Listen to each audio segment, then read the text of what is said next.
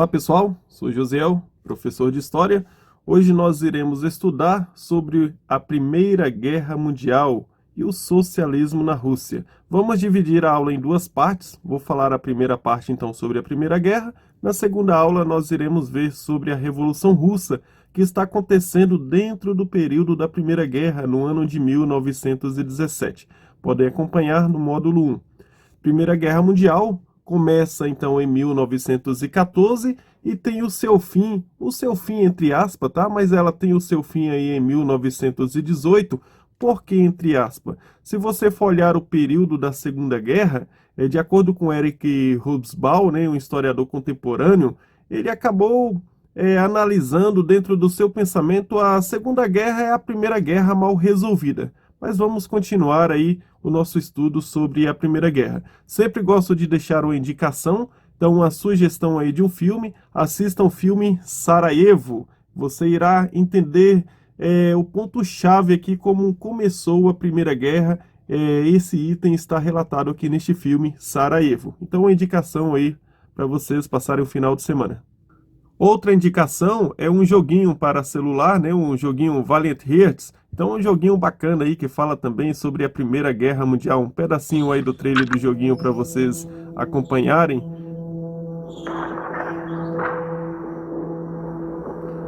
Joguinho muito bacana aí, interage bem, traz praticamente ali cenas que envolvem justamente nesse período da Primeira Guerra. To my dearest friends, through the evil noise of artillery, tanks and planes, I remember our adventures, our friendship, and... Você pode estar baixando o joguinho aí e usá-lo em teu aparelho celular Valiant Hearts. Fica aí nossa indicação.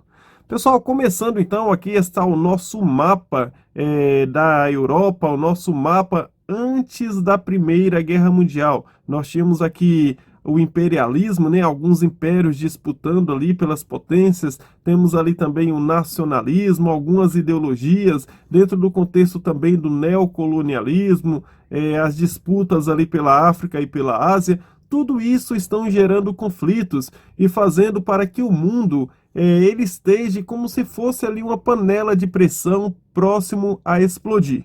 Então vamos falar aí sobre os antecedentes à Primeira Guerra. Então temos o neocolonialismo, o imperialismo e o nacionalismo.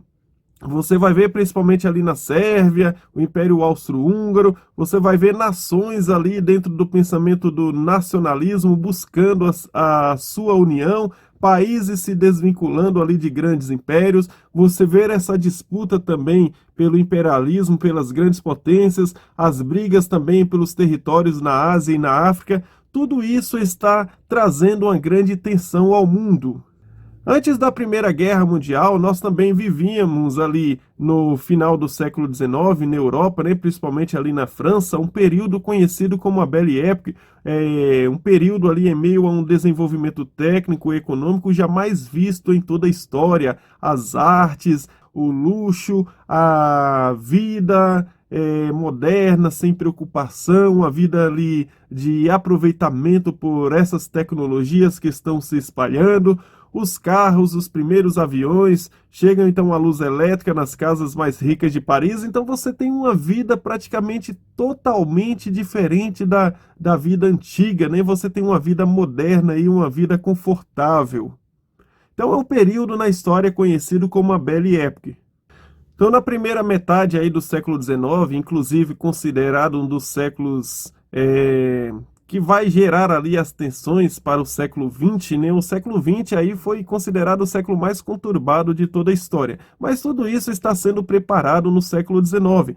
Então nós temos luta popular contra o despotismo real, contra a monarquia, o absolutismo. Então você tem a ideia do nacionalismo sendo propagada entre os povos, principalmente a Sérvia, né? Tínhamos um projeto ali conhecido como a Grande Sérvia, de unir ali todos esses países eslavos. Vamos ter o revanchismo francês lá pela Guerra Franco-Prussiana, uma guerra que aconteceu com a Prússia e a França, onde a França foi humilhada tendo que ceder o seu próprio palácio de Versalhes para a coroação do Segundo Reich do Império Germânico. temos também o pan-eslavismo na Rússia, o pan-germanismo na Alemanha. Então essas potências estão buscando a sua soberania e o seu destaque no cenário mundial. Antes ainda que acontecesse a guerra, nós tivemos o crescimento da indústria alemã. A Guerra Franco-Prussiana trouxe então esse revanchismo que será levado para a Primeira Guerra Mundial. Vamos ter a construção de estradas de ferro pelos alemães, inclusive isso estava deixando preocupado ali a Rússia, né? Justamente essa estrada tinha a intenção de ligar desde a capital da Alemanha até a região de Bagdá, lá no Iraque. E tudo isso começou a aprofundar os problemas e os conflitos entre as nações. Temos também as disputas coloniais lá na Ásia e na África pelos abertura de novos mercados e em busca também de matéria-prima. É o período que nós estudamos sobre o neocolonialismo. Tivemos aí também no ano de 1871 as formações tardias, estudamos também sobre a formação da Alemanha e da Itália, o atraso na corrida imperialista e o controle dos territórios menos extensos e menos ricos.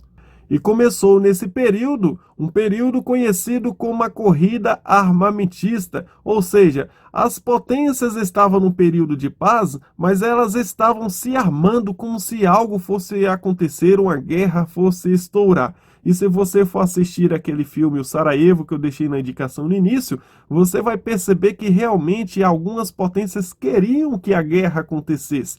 Por que eles queriam que a guerra acontecesse? Porque com o final da guerra poderia deixar claro para o mundo quem era a grande potência. Talvez acreditavam ali que essa guerra não duraria ali nem 3 meses, né? Mas diferente do pensamento, uma guerra que seria prevista para 3 meses durou 4 anos, de 1914 até 1918, com a duração então de 4 anos. Então vamos ter a formação das alianças neste período conhecido como paz armada, né? Não temos guerras, mas o mundo está se preparando para uma. Temos a formação das alianças, as potências estão se formando. Temos na Alemanha, por exemplo, investindo grandemente nas indústrias bélicas. E entre 1893 e 1907, tivemos formado aqui a Tríplice Entente. E tivemos aí a Tríplice Aliança formado também em 1882. Então, mostrando o mapa aqui, nós temos as grandes potências, pertencendo aqui à Tríplice Aliança, nós temos a Alemanha, o Império Austro-Húngaro e a Itália, e mostrando aqui a Tríplice Entente, nós temos a Grã-Bretanha, nós temos a França e a Rússia. Então essas alianças estão se preparando caso estoure um conflito mundial. Vou deixar a nossa colinha aqui na lateral para vocês anotarem e vamos seguir com o nosso conteúdo. Então a guerra ela não estoura ali de início como algo no cenário mundial, mas você vai ver conflitos ali na Península Balcânica, né? Algo que estoura ali em uma parte ali isolada do mundo. Nós vamos ter vários povos gregos, sérvios, romenos, com o apoio da Rússia, que acabaram se libertando de um grande império que estavam há anos no domínio sobre outras nações, que é o Império Turco. Outros estavam submetidos ali sobre o Império Austro-Húngaro. E tínhamos disputas também sobre o Império Russo, o Império Austro-Húngaro, gerando então as tensões e os conflitos no nosso cenário mundial. Já que você entendeu que o mundo está prestes a explodir, só bastava ali um riscar de um fósforo para que essa explosão acontecesse, vamos ver então qual foi o estopim para a guerra. Tivemos então, dentro aí do pan-germanismo, né, o projeto ali da Alemanha com o crescimento, anexação de todos os povos germânicos. Vamos ter também a Rússia com o pan-eslavismo sobre a união dos povos de origem eslava, a Sérvia também que planejava construir a Grande Sérvia, né, com o apoio dos russos. Em 1908, a Áustria anexa então a região da Bósnia-Herzegovina. Isso aqui está ferindo os interesses da Sérvia, principalmente que vai fazer fronteira aqui com a Sérvia, aumentando ainda as tensões. Até que em 28 de junho de 1914, o príncipe do Império Austro-Húngaro, Francisco Ferdinando, ele acaba fazendo uma visita diplomática aqui na região de Sarajevo, né, na Bósnia-Herzegovina, e foi assassinado por uma facção aqui da Sérvia, conhecida como Mão Negra. A polícia do Império Austro-Húngaro tenta fazer ali a investigação, a Sérvia se recusa ali, mas eles acabam buscando a investigação e descobrem que realmente a Sérvia estava envolvida. Pessoal, não diretamente a Sérvia, mas grupos extremistas que pertenciam à Sérvia, mas já era um motivo que precisavam para começar então um grande conflito mundial. Há também historiadores que acham que o próprio Império Austro-Húngaro ou pessoas que realmente estavam diretamente ligadas, envolvidas, querendo uma guerra, forçaram para que este assassinato acontecesse. Então, é uma interrogação que fica aí no ar para vocês pesquisarem um pouco a fundo.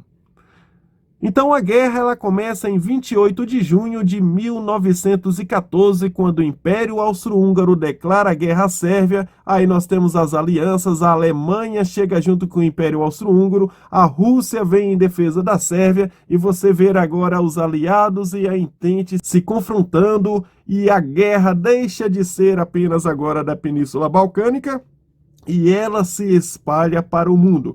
Inclusive, tivemos consequências dessa guerra aqui no Brasil. O Brasil mesmo teve a sua participação na guerra, não diretamente ali lutando como na Segunda Guerra Mundial, mas nós demos ali um apoio, né? Fizemos a nossa participação. Essa aqui é a foto mostrando, então, o membro da facção Mão Negra assassinando, então, Francisco Ferdinando e a sua esposa, onde eles acabaram morrendo nesse atentado terrorista. Esse é um carro que está em exposição no museu, era o carro do Francisco Ferdinando. Aqui você consegue ver o buraco da bala, onde acabou atingindo tanto o Francisco Ferdinando como também a sua esposa. 28 de junho de 1914 está declarado o início da Guerra Mundial. O Império Austro-Húngaro, com o apoio da Alemanha, declara guerra à Sérvia. E a Rússia contra os austro-húngaros e contra os alemães. A Alemanha ataca então a Bélgica, que era neutra na guerra, tá? Como uma tentativa para chegar até a França. Eles até começaram ali a vencer a guerra na França, mas a França conseguiu contra-atacar. Mas essa estratégia aqui vai marcar também algo para a Segunda Guerra, né? Então já deixo uma curiosidade para você assistir um filme ou pesquisar sobre a linha de Maginot, onde na Segunda Guerra eles vão se preparar pensando que os alemães vão repetir essa mesma situação aqui. Aí a gente vai começar ali as guerras, as batalhas, vamos ter as trincheiras, longos meses, longos anos ali em guerra praticamente. Temos ali o território, terra de ninguém. Você vai ver uma guerra ali bem cansativa, desgastante, com várias mortes acontecendo. Tem um filme legal também, que é o filme da Mulher Maravilha, ilustra legal aí também essa situação. Aqui é o nosso mapa mostrando aqui os refugiados belgas saindo do seu país, buscando ali proteção em outra região. No nosso mapa você pode perceber aqui da Alemanha, né, para chegar aqui à Bélgica, para pegar aqui os franceses desprevenidos. De início a operação foi um sucesso, mas não finalizou com este sucesso. Conforme eu falei para vocês no início, a maioria dos países que entraram na guerra entraram eufóricos, né, imaginando que a guerra ali seria um grande evento que duraria apenas 3 meses, mostrando realmente quem seria a grande potência. Mas não foi isso que aconteceu, né? A guerra durou até 1918, deixando a porta aberta ainda para que acontecesse a Segunda Guerra Mundial. Pessoal, para facilitar o entendimento, nós dividimos a Primeira Guerra em 3 fases, tá? A primeira fase nós chamamos de Guerra de Movimentos, onde justamente foi uma guerra ali de um movimento meio que rápido acontecendo ali pela Bélgica, mas depois este movimento acaba sendo travado a partir da segunda fase, conhecida como a fase das trincheiras, que já será uma fase mais desgastante, até aí o uso dos aviões, né, no finalzinho quase aí da Primeira Guerra Mundial. Então as trincheiras ou vales e abrigos protegidos por arames farpados, né, Tem aí um pedacinho aí no filme da Mulher Maravilha, você consegue ver. Tem um novo filme que lançou aí também, eu acho que é o 1917 o nome do filme, se eu não me engano. Você consegue ver também a história desses que viviam nessas trincheiras. Então assistam o filme aí, 1917, foi lançado aí no ano passado, se eu não me engano. Então, nessas trincheiras, a guerra era lenta, desgastante, disputa por posições estratégicas, dificilmente ali um grupo avançava. E no mar, nós tínhamos ali a frota naval inglesa versus os famosos submarinos alemães.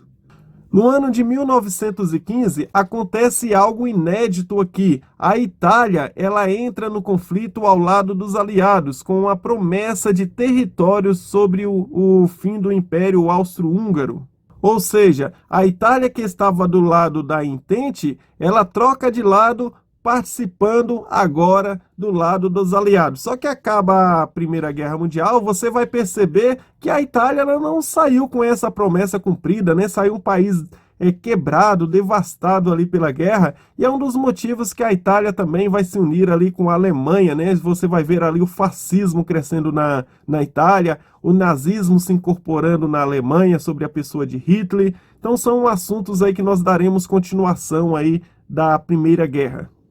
A terceira fase da guerra é conhecida como a fase ou guerra de movimentos, que já é um período de 1918, onde você começa a abandonar ali as trincheiras. Já temos aí o uso dos aviões, né? Se agora você tem um ataque aéreo, não faz mais sentido você estar nas trincheiras. Então são novas estratégias ali de guerras. Em 7 de maio, um submarino alemão acabou torpeando também o navio dos passageiros ingleses na costa irlandesa, onde causou a morte de 1.198 pessoas e 128 desses cidadãos eram norte-americanos, o que levou os Estados Unidos a entrar na guerra. Pessoal, a entrada dos Estados Unidos na guerra foi de grande importância para a virada do jogo na guerra.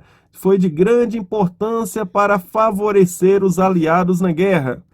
E neste mesmo ano, algo também inusitado acontece aqui na guerra. Nós estamos tendo problemas lá na Rússia, no Império Russo, que ainda vivia sobre um sistema ali parecido com um sistema feudal. Então a Rússia, ela assina um tratado de paz com a Alemanha, que é o Tratado de Brest-Litovsk, em março de 1918. Que dá direito a ela a saída dela da Primeira Guerra, justamente porque está acontecendo conflitos internos em sua nação, onde vai estourar a Revolução Russa de 1917. Então essa parte eu vou gravar aí numa aula separada, na segunda aula, tá? Falando sobre a Revolução Russa.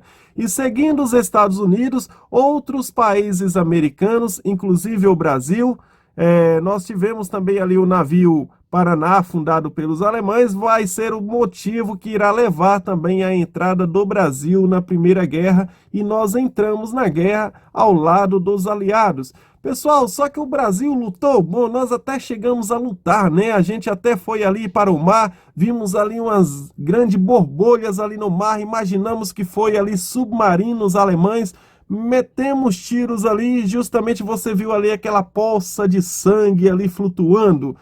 Só que não eram ali corpos de germânicos, não eram ali os alemães que nós matamos, mas foi um grande cardume de toninhas, e isso acabou ficando um evento bizarro na história da participação do Brasil na Primeira Guerra, né? Ficou até conhecido aí como a Batalha das Toninhas. Então nós vamos ficar na Primeira Guerra aí apenas dando suporte, proteção, suprindo com alimentação, munições neste período da Primeira Guerra. Mas na Segunda Guerra nós vamos realmente levar ali os pracinhas, a FAB, a FEB para lutar de verdade ali na Itália na Segunda Guerra. Então Segunda Guerra você vai ver justamente o Brasil totalmente envolvido.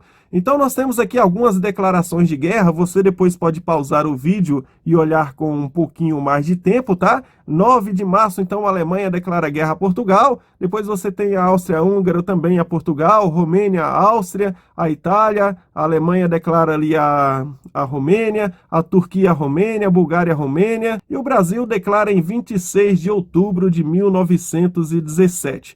Aqui são alguns veículos usados durante a Primeira Guerra Mundial, então os nossos primitivos tanques de guerra, né? Diferente do que você conhece hoje como os tanques de guerra, a granada hoje que ela é meio oval, a granada antigamente era um bastão.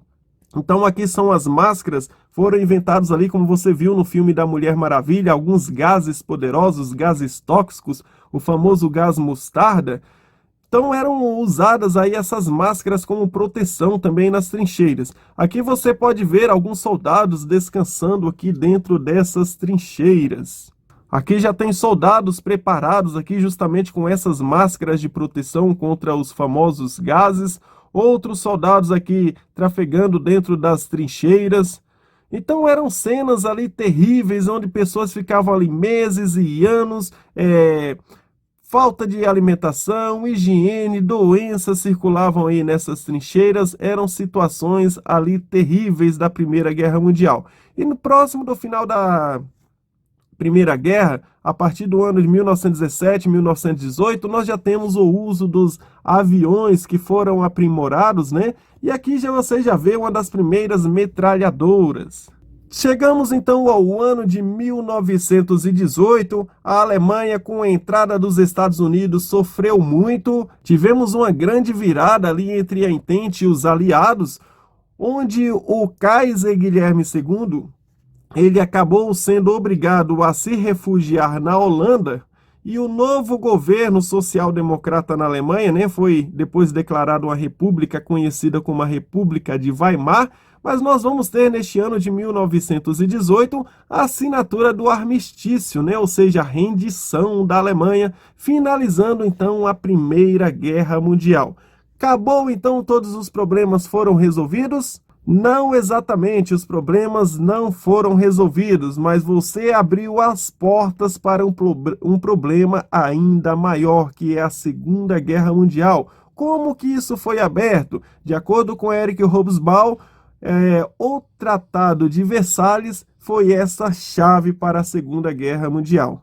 Então vamos lá, falando sobre a Paz de Versalhes. Antes do Tratado de Versalhes, foram propostos outros acordos de paz, mas não foram aceitos, como, por exemplo, os 14 pontos de Wilson, né, do presidente Wilson dos Estados Unidos, onde ele acabou trazendo ali a ideia de finalizar a guerra ali sem vencedores e sem perdedores, mas não, eles queriam culpar alguém e buscar ali indenizações. Então esses 14 pontos que foram propostos por Wilson não foram aceitos. E em 11 de novembro, então, substituindo os 14 pontos de Wilson, nós tivemos, então, o armistício, né, sendo assinado, e em 28 de junho de 1919, o Tratado de Versalhes. E esse Tratado de Versalhes, o que dizia? Ele culpava a Alemanha como a potência principal pela Primeira Guerra Mundial. A Alemanha iria ter que pagar as indenizações, o seu exército seria limitado no máximo ali a 100 mil homens, teria que devolver os 2 territórios comerciais da França. Lembra lá da Guerra Franco-Prussiana, que a Alemanha ali pegou o Lorena e Alsácia? Pois é, essa rixa permaneceu na Primeira Guerra, ela teve que devolver ali para a França, né? E foi criado a Liga das Nações. O que é essa Liga das Nações? Conhecem hoje a ONU, a Organização das Nações Unidas? Pois é, o projeto da ONU. Foi criado então aqui a Liga das Nações. Como a Liga das Nações vai fracassar, substituindo ela lá na frente, depois da Segunda Guerra, será criado então a ONU, só para você fazer aí a comparação. Pessoal, e alguns tratados foram assinados, como por exemplo é o caso do Tratado de Saint-Germain, assinado em 1919, onde vai desmembrar o Império Austro-Húngaro, ele vai deixar de existir. Vou mostrar aqui no mapa. Então, nosso mapa antes do Tratado de Saint-Germain, né, antes da Primeira Guerra Mundial, e o nosso mapa após a Primeira Guerra Mundial. Então, você vai ver que o Império Austro-Húngaro, ele foi desmembrado e tivemos o surgimento aqui de novos países, né, como a Tchecoslováquia, a Áustria, a Hungria. Então, você vai ver que o Império Russo também deixou de existir a partir da Revolução de 1917 e a Rússia se transformou na União Soviética das Nações Socialistas. Então nós vamos ter aí a Rússia agora adotando o socialismo de Karl Marx, vindo aqui o stalinismo. E o Império Turco-Otomano também deixou de existir. Em seu lugar aqui você vai ver surgindo aqui a Turquia. Então nós tivemos uma grande mudança também no cenário geográfico após a Primeira Guerra Mundial, após 1918. Então, algumas características aqui sobre o Tratado de Versalhes: devolução da Alsácia e Lorena para a França, conforme nós já falamos, as colônias germânicas e parte dos territórios divididos pelas nações vencedoras. A Alemanha, então, ela perdeu as suas colônias e elas foram divididas, então, sobre as potências vencedoras. O exército alemão foi reduzido a 100 mil homens, a Alemanha não poderia ter aviação e nem marinha militar, e o ônus da guerra, né, os prejuízos, a Alemanha teria que pagar a essas potências vencedoras. Então, a independência de nações sobre o domínio dos vencidos. A criação da Liga das Nações, então, foram os principais itens do Tratado de Versalhes. Consequências da guerra. Sobre as consequências, nós tivemos mais de 10 milhões de mortos, enormes perdas materiais na Europa, crise econômica, inflação dispara. Só que os Estados Unidos, ele sai como uma grande potência, tanto que os Estados Unidos, ele já entrou no final da guerra, né, não teve tantas baixas, e inclusive ele vai até financiar ali armas também para algumas potências. Então os Estados Unidos, ele sai como uma potência também militar e econômica após a Primeira Guerra. É tanto que ele depois vai até injetar dinheiro ali para tentar restaurar alguns povos após a Primeira Guerra Mundial. No Brasil, nós vamos ter um surto de industrialização, porque se importava muito, mas as indústrias europeias, elas estão preocupadas agora em questões bélicas, né, em produtos bélicos. Então o Brasil vai precisar desenvolver os seus próprios produtos, então teremos um surto de industrialização no Brasil neste período. Temos então tratados humilhantes, vai levar aí crises, né? E o revanchismo que irá levar à Segunda Guerra baseado no Tratado de Versalhes. Então, 4 anos após a Primeira Guerra, a Europa já não era mais a mesma. Os presidentes substituíram ali os príncipes, os automóveis, submarinos e aviões eram uma realidade, né? E o cinema e o rádio expandiram-se pelo mundo. As mulheres começaram a lutar pelos seus direitos, pois se os homens estavam na guerra, quem vai sustentar ali as casas? Então as mulheres que tinham ali aquele preconceito, dificilmente poderiam trabalhar, elas saem às ruas e lutam então pelo seu direito. Você vai ter um movimento feminista crescendo aqui neste período. Pessoal, agora é a sua vez, vocês podem fazer aí uma leitura sobre todo o módulo 1, realizar as atividades da página 4 até a página 9, tá? Lembrando, temos aí a segunda parte do nosso vídeo, vou deixar linkado aqui a segunda parte, você pode clicar, que é a Revolução Russa. Pessoal, até a próxima!